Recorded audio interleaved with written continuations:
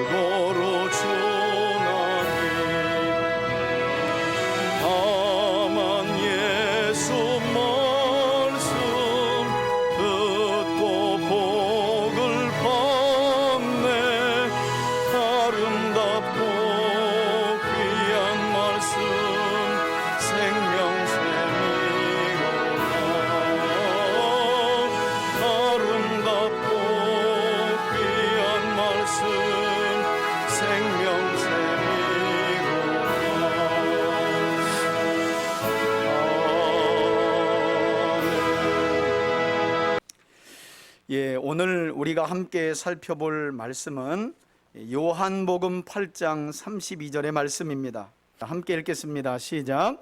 진리를 알지니 진리가 너희를 자유롭게 하리라. 아멘. 할렐루야.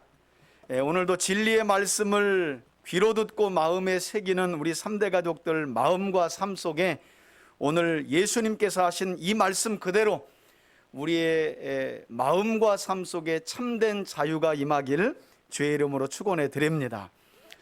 설교를 준비하다 보니까 목회를 시작하고 개척을 시작해서 아마도 10년 만에 제가 설교하면서 보통 이제 저는 강해 설교, 대화 설교를 하기 때문에 최소한 단락을 읽는 것이 제 설교 스타일인데 한 절 이렇게 읽고 설교를 한 것은 10년 만에 처음인 것 같아요.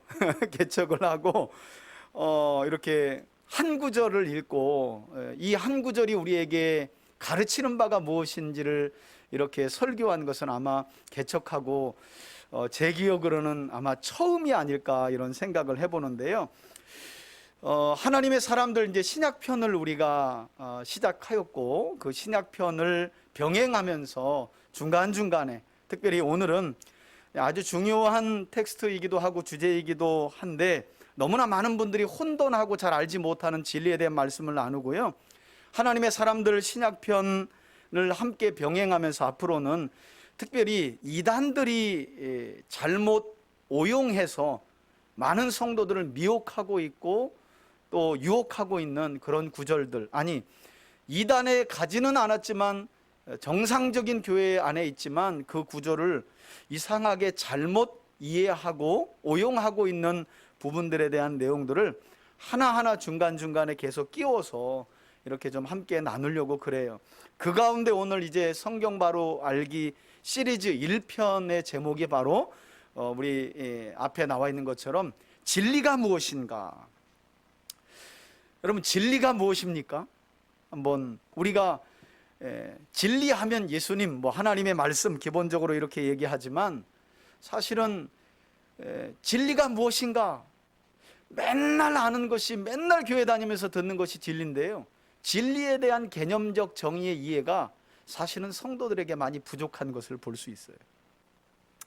여러분, 경부고속도로를 타고 이렇게 천안 방향으로 내려가다 보면 그 당시 제가 다닐 때에는 이제 건축학을 제가 전공하고 편입해서 다시 다녔던 신학교였는데 그때는 천안대학교였어요. 지금은 백석대학교라고 하는 학교가 보이는데 자동차를 지나가다 보면 그 백석대학교 건물 이제 산 쪽에 위치한 건물 맨 이 건물 위쪽에 보면 우리 눈에 큰 문구가 하나 들어오는데 그 문구가 바로 어떤 문구냐면 진리가 너희를 자유케 하리라. 방금 전에 우리가 읽었던 요한복음 8장 32절에 이 압축적인 문구가 학교 건물 위쪽에 아주 크게, 그래서 밤에 이렇게 지나가다 봐도요 아주 환하게 진리가 너희를 자유케 하리라. 신학교니까 그런 것들을 붙여놨나 보다. 학교 신조로. 여러분, 우리 그리스도인들에게는 너무 익숙한 단어인 이 진리라는 말은요 사실 백석대학교가 신학교여서 이 구절을 이렇게 인용하고 있는 것만은 아니고요. 일례로 제가 설명을 드리면 우리나라에서 제일 유명하다고 하는 서울대학교 로고 안에도 이 신조어가 기록되어 있는데요. 뭐라고 기록되어 있냐면 베리타스 룩스 메아 이렇게 기록되어 있어요. 이게 무슨 말이냐면 진리는 나의 빛입니다. 이게 서울대학교 학교 로고 안에 들어가 있는 학교 신조이기도 해요. 그러니까 서울대학교 학교 신조도 뭐가 들어가요? 진리. 진리는 나의 빛입니다. 국내 유명한 대학뿐만 아니에요. 해외에 우리가 잘 아는 대학 하면 항상 무슨 대학교? 하자로 시작하는. 예, 아는 게 하버드죠, 그죠? 조금 아면 예일대. 근데 여러분, 하버드대나 예일대도요 학교 신조어를 보면 뭐가 들어갈까요? 맞아요, 베리타스라고 부르는데 진리라는 true 영어로도 이렇게 부르지만 베리타스, 이 진리라는 말이 두 학교, 그 유명한 두 학교의 신조 이 문구에 그대로 들어가 있어요. 자, 이처럼 국내외 많은 대학들은 어떤 대학 할 것 없이 많은 대학이요 이 진리라는 말을 학교의 신조로 내세우면서 그러니까 이제 대학이 뭐 하는 곳인가를 학교 문구에서 신조에서 말하고 싶은 거예요. 대학교는 뭘 탐구하고 추구하는 데다? 진리를. 이걸 이야기하고 싶은 거예요. 서울대도 그렇고 신학대인 백석대도 그렇고 또 미국에 있는 하버드나 예일대도 대학의 교육과정은 진리를 탐구하고 연구하는 과정이다. 그래서 학교 신조어의 로고에 베리타스라고 하는 이 진리라는 말을 아주 못 박아놨다는 거예요. 문제는 많은 경우 우리 그리스도인들이요, 이와 같이 대학들이 학문을 통해 탐구하고 추구하고자 하는 진리와 우리 손에 들려진 이 하나님의 말씀인 진리를 혼동하고 있고 그 차이점을 잘 인식하지 못하고 있다는 거예요. 그러니까 서울대 학교 로고 안에 들어가 있는 신조, 진리는 나의 빛 할 때 그 진리나, 진리가 너희를 자유케 하리라고 하는 진리나 다 같은 진리지 뭐가 다른가? 이걸 혼돈하고 있다는 거예요. 세상 대학들이 추구하고 탐구하여 얻고자 하는 진리와 성경에서 하나님과 예수님이 말씀하시는 진리를 많은 경우 우리 그리스도인들이 혼동하고 있고 그 차이점을 구별하지 못하고 있다는 거예요. 여러분, 지금도 그렇지만 한때 기독교 안에 뉴라이트 세력을 이끌었던, 특별히 이명박 대통령 때 아주 앞장서서 이끌었던 두레교회, 이 김진홍 목사님이 여러분 목사가 되기 전에 계명대에서 철학 교수로 강의했던 적이 있었어요. 이분이 철학 교수로 계명대에서 강의를 하던 중에 한날 강의 시간에 한 학생이요, 이 철학 교수였던 김진홍 목사님에게, 김진홍 교수죠, 일어나서 질문을 한 거예요. 철학 교수니까. 뭐라고 질문했냐면, 교수님은 평생 동안 그 하나를 위해 살 수 있고 그것을 위해 생명을 바칠 수 있는 진리가 뭐라고 생각하십니까? 철학 강의를 듣는 학생이 철학 교수한테 좀 할 만한 질문 아니에요. 수준이 있잖아요. 철학 교수니까 당신은 진리를 뭐라고 생각하냐? 그리고 당신이 믿는 그 진리를 위해 당신이 목숨을 바칠 수 있는 진리는 무엇이라고 생각하느냐? 이렇게 질문을 한 거예요. 근데 여러분, 이 한 학생의 이 질문이요, 이 김진홍 교수의 일생을 바꿔버려요. 느닷없이 수업 시간에 던진 이 한 학생의 질문 앞에 김진홍 교수가, 당시 계명대에서 철학을 가르치던 김진홍 교수가 뭘 깨달았냐면, 내가 철학을 강의하고 있지만 뭔 모른다, 진리를 모르고 있구나라는 설명을 못한 거예요. 진리를 모르고 있구나라는 사실을 깨닫고 그때서야 과연 진리가 무엇인가, 이것을 고민하기 시작하면서 결국에는 교수직까지 내려놓게 되고요, 그 뒤에 여기저기서 학문을 통해서 진리를 탐구하고 추구하고 진리가 과연 무엇인가를 알려 하는 중에 오늘 우리처럼 어느 구절을 눈에 읽으면서 성경 안에 기록된 요한복음 8장 32절의 말씀을 눈에 읽고 마음으로 깨달아 깊은 감동 가운데, 진리가 성경 안에 있고 하나님 안에 있는 것이구나, 예수 그리스도가 진리이시구나를 깨닫고 마침내 신학에 입문해서, 철학을 가르치던 교수가요, 신학으로 입문해서 그 뒤에 목회자가 되었다는 거예요. 목회자가. 여러분, 이처럼 성경이 말씀하는 진리는 결코 대학들이 말하는 학문을 탐구하거나 연구해서 얻을 수 있는 진리와는 다르다는 것을 보여줘요. 심지어는 철학 교수도 진리가, 여러분, 철학이라는 게 뭐예요? 인생이 뭐냐, 무엇으로부터 인생이 와서 인생을 어떻게 살아가며 어디로 가는가, 이게 가장 큰 철학적인 주제잖아요. 그것에 대한 답이 곧 진리겠죠. 그런데 그 철학을 가르치는데 답이 없는 거예요. 그걸 깨닫게 된 거예요. 그리고 마침내 하나님의 말씀 안에 이 진리가 있음을 깨닫고 나중에 신학을 하고 이분이 목회자가 되었다는 거예요. 자, 그러면 성경이 말씀하는 진리란 무엇인가? 보통 진리에 대한 사전적인 의미를 찾아보면요, 진리하고 사전을 검색해 보면 뭐라고 나오냐면 참된 이치 또는 참된 도리, 이렇게 사전적인 정의로 진리를 정의하고 있는 것을 볼 수 있어요. 한 가지 우리가 기억해야 할 것은, 그런데 이런 참된 이치나 참된 도리라고 정의하는 진리의 개념은 어디에서 왔느냐? 여러분, 이 개념은요, 영어 성경의 번역 개념을 그대로 가져온 거예요. 우리 성경에서 진리라고 말할 때 사전적인 의미로 참된 진리는 참된 이치이다, 참된 도리이다 라고 하는 개념은 영어 성경의 진리 개념의 정의를 그대로 가져왔다는 거예요.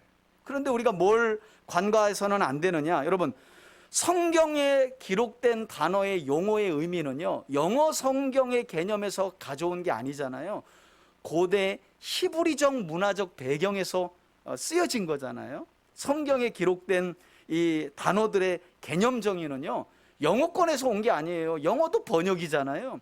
그 전에 히브리어로 기록된 히브리적 문화 배경에서 이 성경적인 용어가 출발했다는 거예요. 그럼 고대 히브리적 문화에서 이 진리라는 개념은 어떻게 정의되고 가르쳐졌느냐? 여러분, 신약 성경에 기록된 헬라어 알레데이아, 진리라는 말을 신약 성경 헬라어에서는 알레데이아라고 번역해놨는데요, 기록해놨는데요, 이 알레데이아라는 단어가 어디에서 왔느냐면 구약에서 왔는데, 구약에서 이 알레데이아라고 하는 헬라어 진리는 구약에서 어떻게 쓰였냐면, 한번 따라해 봅시다. 에메트.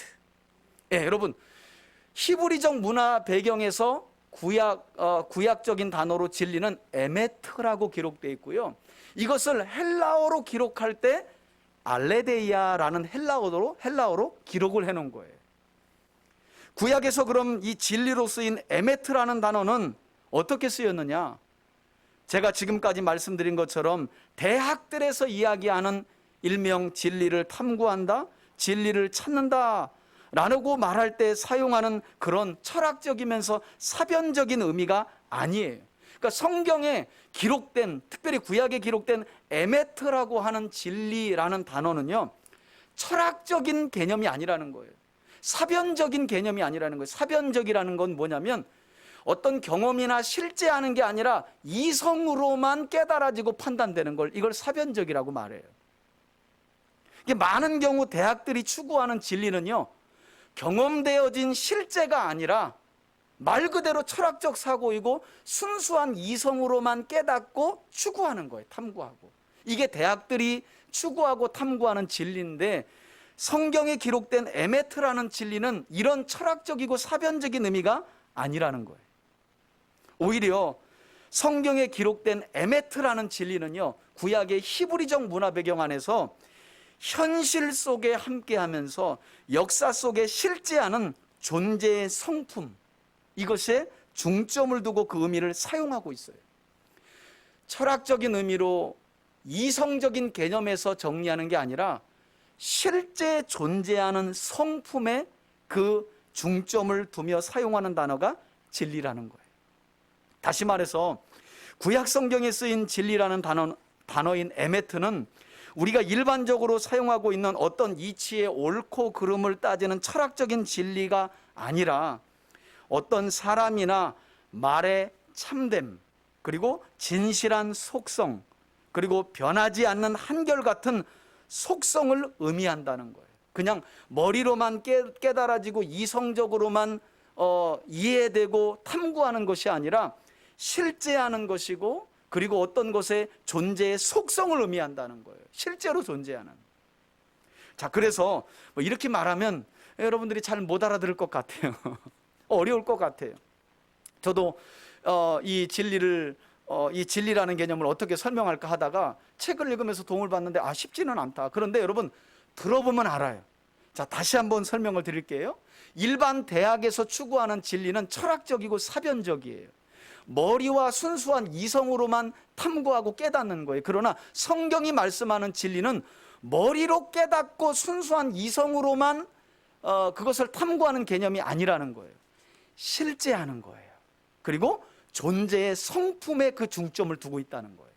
없는 것을 말하는 게 아니라 있는 것을 말해요. 실제로 존재하는 성품에 중점을 두는 단어가 구약에 기록된 진리라는 에메트라는 거예요. 자, 이렇게 말해도 어려울 수 있어서 제가 용례를 한번 설명을 좀 해드려 볼게요. 여러분, 실제로 구약 안에서 에메트라는 단어가 쓰인 용례를 보면 제일 먼저 여러 군데 몇 군데 있는데요, 우리 스가랴서 8장 16절 말씀 우리 한번 앞에 보시고, 우리 개역개정 성경에, 여러분 성경 찾지 마시고 그냥 앞에 보세요. 뭐라고 이 진리라는 말을 에메트라는 말을 어떻게 사용했는지 함께 한번 읽겠습니다. 시작. 너희가 행할 일은 이러하니라. 너희는 이웃과 더불어 뭘 말하고, 여기 진리라는 단어가 나오네요. 스가랴서 8장 16절에 진리를 말하며, 또 성문에서 뭘 하고요? 진실하고 화평한 재판을 베풀고. 그러니까 에메트라는 단어가 동일하게 쓰였는데 한 문장 안에 한 군데는 진리를 말하고 있고 하나는 진실로 번역해 놨어요. 여러분, 번역이 이래서 조금 좀 어색하다는 거예요. 자, 들어보세요. 너희는 이웃에게 진리를 말하라. 여러분들에게 이 에메트라는 단어는 어떻게 느껴져요? 저는 사실 이 스가랴서 8장 16절 너희는 이웃과 더불어 진리를 말하며, 이 말이 도대체 복음을 전하라고 하는 건지, 우리 개념상 진리의 복음을 전하라고 하는 건지, 더 구체적으로 이어가면 예수님을 전하라고 하는 건지, 아니면 거짓말하지 말고 진실된 말을 하라는 건지, 우리말 번역이 어때요? 좀 뭔가 난해해요. 그죠? 그런데 같은 단어를 하나는 진리를 이웃에게 말하라고 해놓고요, 또 다음에는 성문에서 재판할 때 진실하게 말하래요. 똑같은 단어를 하나는 철학적인 개념으로 번역을 해놨고 하나는 구약의 히브리적 문화 배경에서 존재의 속성을 드러내는 진실됨이라는 단어로 잘 번역을 해놨다는 거예요. 자, 그래서 이런 부분의 번역이 좀 우리로 하여금 진리라는 개념을 약간 사변적이고 자꾸 철학적으로, 진리를 자꾸 설명할 수 없는 어떤 무엇으로 이해하게 만든다는 거예요. 이 부분은 사실 우리 개역개정보다는요, 세번역 성경이 오히려 번역을 더 차려놨어요. 자, 앞에 보시고 한번 똑같은 스가랴서 8장 16절을 한번 읽어볼까요? 시작. 너희가 해야 할 일은 이러하다. 서로 진실을 말하여라. 너희의 성문 법정에서는 참되고 공의롭게 재판하여 평화를 이루어라. 여러분 보세요. 같은 구약의 에메트인데 우리 성경은 하나는 철학적인 의미로 진리라고 번역을 해놓고요, 이웃에게 진리를 말하라 그러니까 이게 무슨 말인지, 복음을 전하라고 하는 건지 전도하라는 건지. 사실은 지금 세번역 성경을 보니까 이웃과의 관계 안에서 그리스도인들은 뭐 하라는 거예요? 거짓말하지 말고 진실을 말하라는 의미였어요. 진리를 말하라는 의미니까 이게 이해가 안 가는 거예요. 그런데 표준 세번역은 구약의 히브리적 문화 배경을 그대로 잘 살려가지고 이웃에게 진실을 말하여라. 재판정에서는 참되고 공의롭게 재판하여라. 에메트라는 진리를, 그러니까 재판정에서는 진리를 말하고 공의롭게 재판하여라. 이게 얼마나 어려워요. 참된 말을 하라. 이러니까 이해가 쉽잖아요.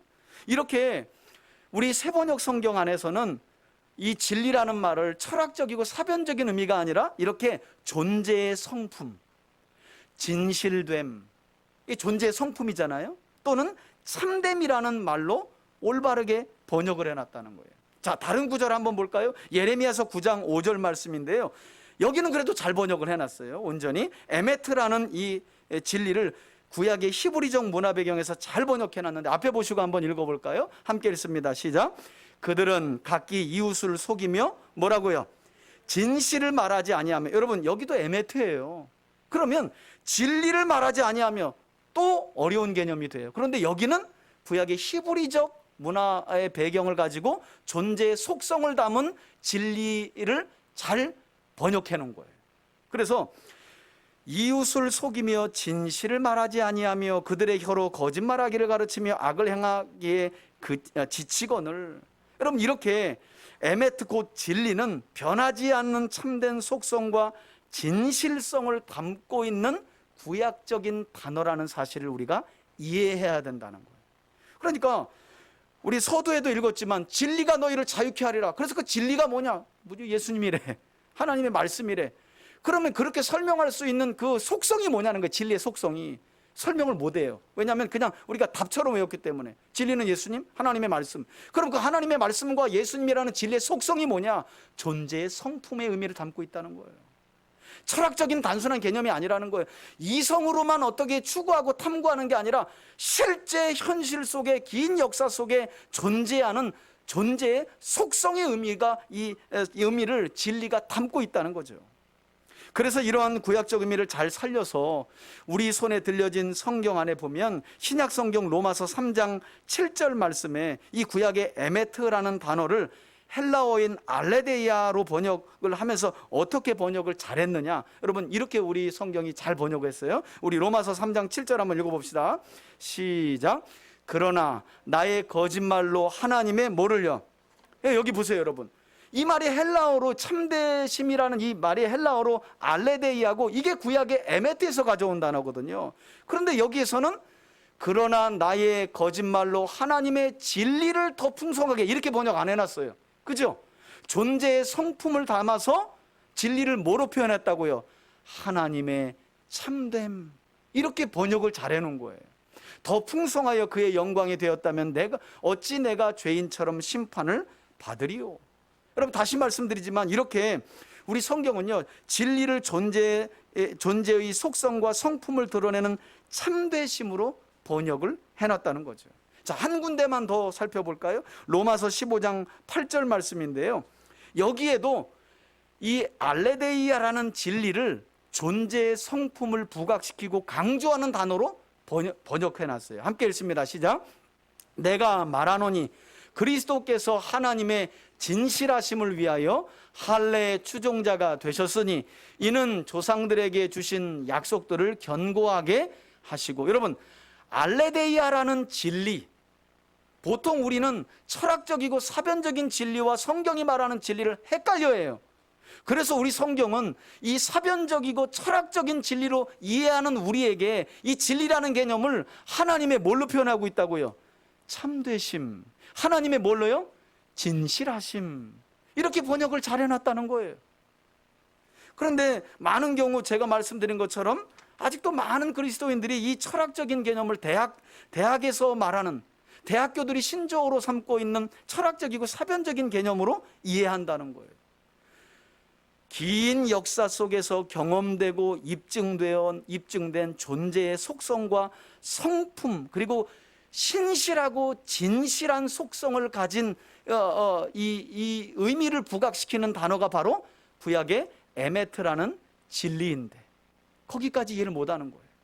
사실은 저도 처음 가르쳐봐요. 저도 처음.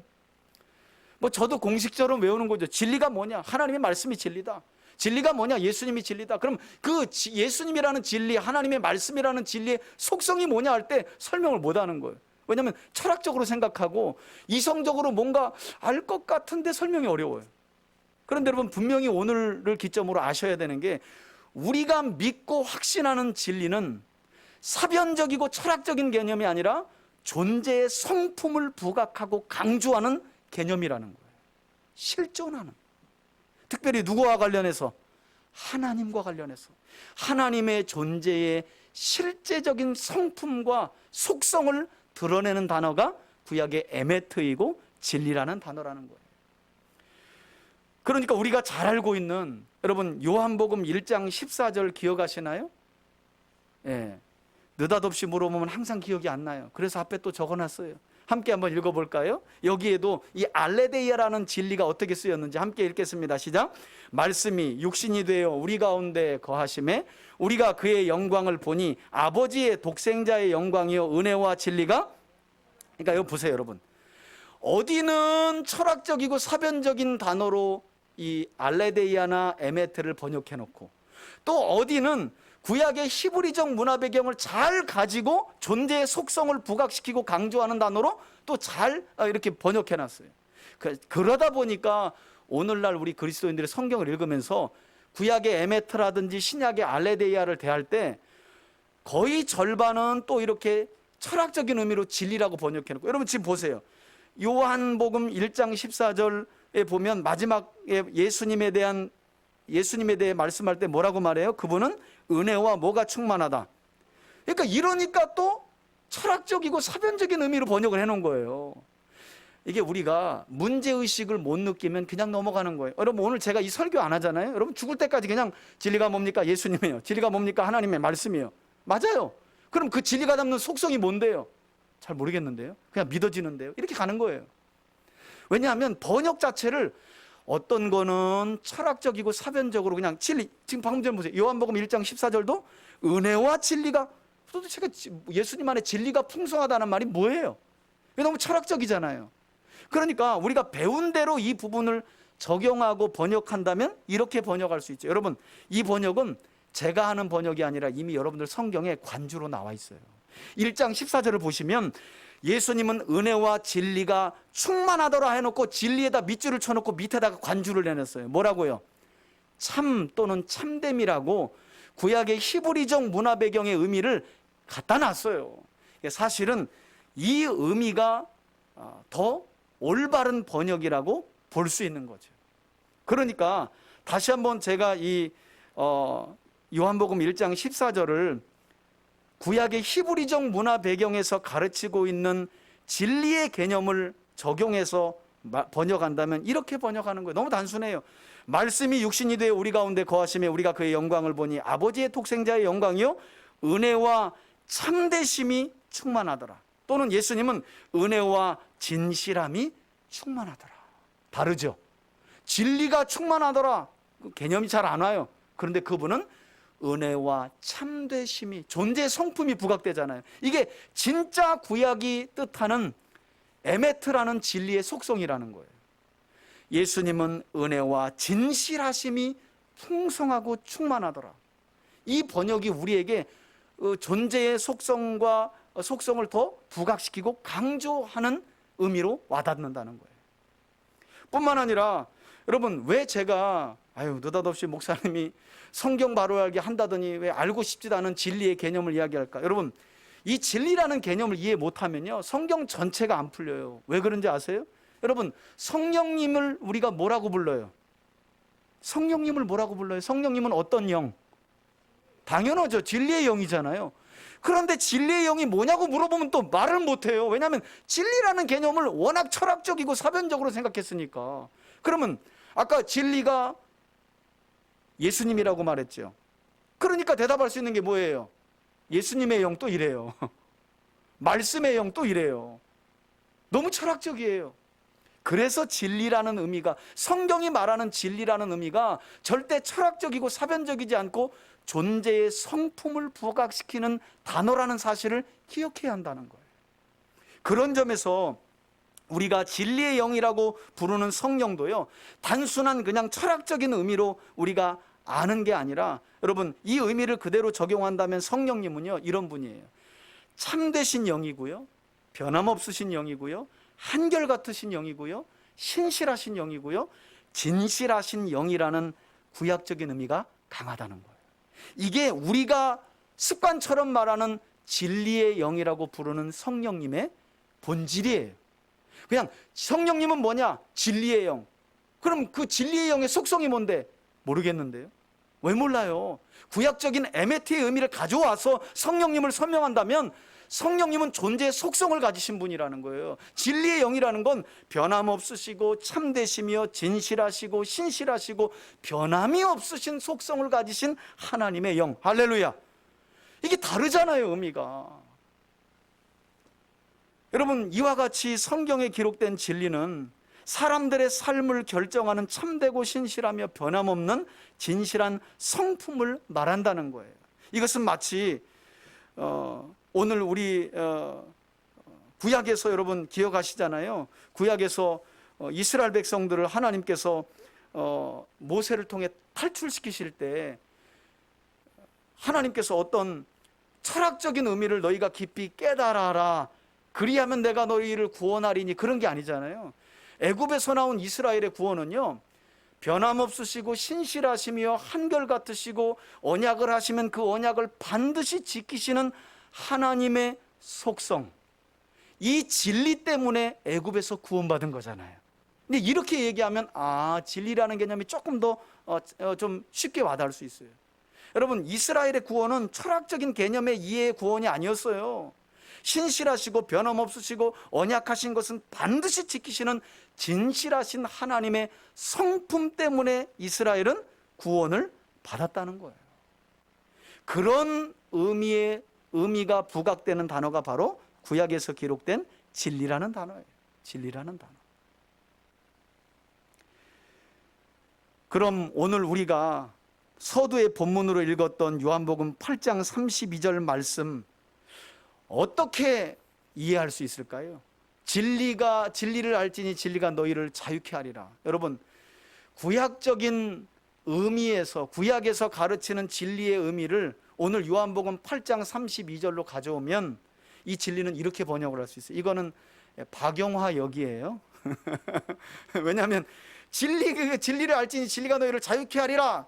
그럼 도대체 진리의 속성이 뭔데? 진리가 예수님이야 이러고 마는 거예요. 그 진리의 의미가 이것인데, 자, 우리 앞에 보시고 박영화역 요한복음 8장 32절 우리 한번 읽겠습니다. 시작. 삼위일체 하나님의 진실과 참됨을 알지니, 그러니까 하나님의 성품이죠. 진리는 존재의 성품과 속성이란 말이에요.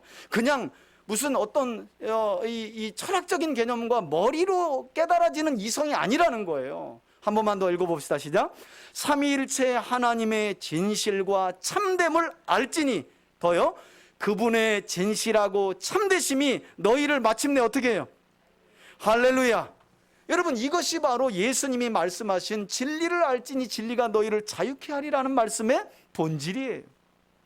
이제까지는 그냥 제자 훈련 받으면서 암송하세요, 권사님, 집사님, 이래서 우리가 진리를 알지니 진리가 너희를 자유케 하리라. 도무지 이거 외우다가 자유를 잃어버려.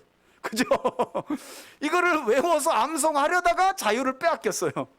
여러분, 예수님께서 너희가 진리를 알아야 된다, 진리만이 너희를 죄에서 참되게 참 자유를 준다라고 할 때 이 진리는요, 사변적이고 철학적인 진리가 아니에요. 설명할 수 없는 진리가 아니란 말이에요. 삼위일체 하나님의 참되신 성품, 삼위일체 하나님의 진실된 성품, 삼위일체 하나님의 변함없는 성품, 바로 그 성품을 알지니 그분의 진실하고 참된 성품이 우리를 마침내 뭐예요? 자유롭게 한다는 거예요. 그 사랑을 알 때 비로소 우리는 자유케 해야 된다는 거예요. 이제 진리를 설명할 수 있으시겠죠? 예, 진리는 설명할 수 없는 철학적이고 사변적인 의미가 아니에요. 하나님의 존재의 성품이고 하나님의 존재의 속성이라는 거예요. 잠깐만요. 예, 속성이라는 거예요. 설명할 수 없는 게 아니에요. 설명할 수 있는 거예요. 아주 오랫동안 역사가 시작된 이래 지금까지 경험되어지고, 그래서 사실로 입증된 존재의 실제이면서 속성이라는 거예요. 저는 오늘 이후로는 우리 3대 가족들이 이 짧은 구절이지만, 여러분, 이 사실은 이 구절이 모든 우리 그리스도인들의 인생을 다 바꿔버린 거 아니에요. 그죠? 진리가 뭔지 몰라 늘 속박받고 무언가에 매여서 얽매여서 자유함이 없었던 우리가 사실은 그냥 철학적인 개념의 진리를 깨달아서 자유를 얻은 게 아니잖아요. 하나님이 어떤 분이신가, 성부 하나님, 성자 하나님, 성령 하나님의 변함없는 그 신실하심과 진실하심을 비로소 깨닫고, 나는 부족하고 나는 연약하고 나는 늘 죄로 넘어지지만 그런 나를 한결같이 사랑하시고 용납해 주시는 그분의 속성, 그게 바로 성경이 말하는 진리죠. 그것 때문에 우리는 오늘도 자유한 거죠. 율법은 늘 너는 이래서 안 돼, 너는 이래서 구원받을 자격이 없어라고 말하지만, 그때 여지없이 우리 마음에 계신 성령님이 뭐라 그래요? 괜찮아, 그래도 내가 너를 사랑해, 그래도 나는 너를 믿어, 네가 자백하고 회개하면 나는 너의 모든 죄를 용서해 주실 거야. 그리고 이 용서는 영원토록 변함이 없어, 한결같을 거야. 너에게 향한 나의 사랑은 늘 신실하고 변함이 없어. 이런 하나님의 속성의 진리, 이게 우리를 자유하게 만드는 거 아닌가요? 여러분, 자유하십니까? 예.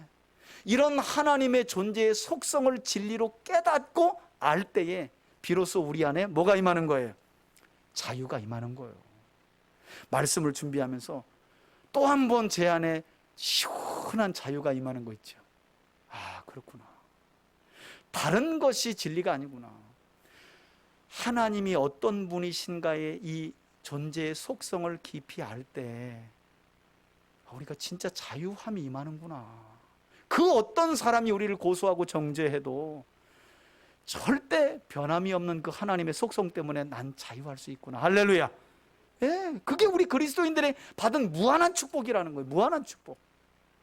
바라기는 오늘 이 시간 이후로 우리 3대 가족들 모두가 오늘 우리가 배웠던 말씀과 같이 더 이상 성경이 말씀하고 예수님이 말씀하고 하나님께서 말씀하시는 이 진리가 절대 설명할 수 없는 철학적이고 사변적인, 그래서 머리로만 깨달아지고 이해되는 진리가 아님을 깨닫기를 바라고요.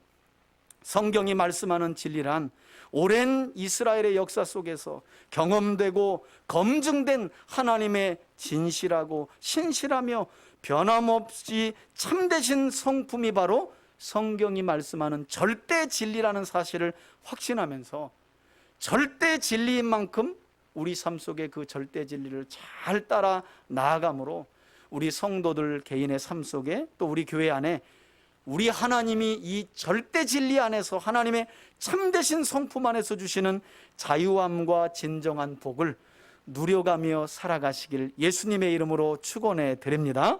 아멘.